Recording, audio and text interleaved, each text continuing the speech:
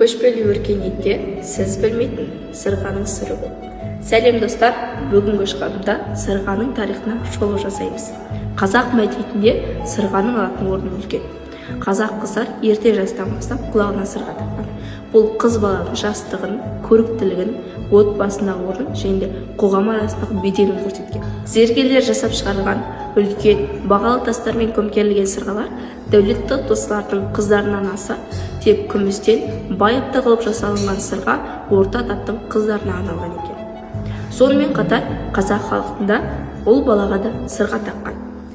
Отбасында ер баланы өте кеш көрген ата-аналар ырымнан, тіл көзден сақтану үшін балаларын құлағына сырға таққан екен.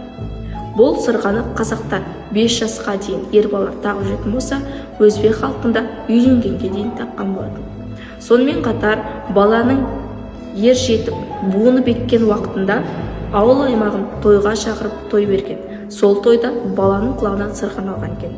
Қазақтар бұл тойды сырға той деп атаған. Ең қызығы, бұндай тойлар 20 ғасырға дейін болған. Тіпті сирек те болсын өткен ғасырдың 40-50 жылдарына дейін кездескен.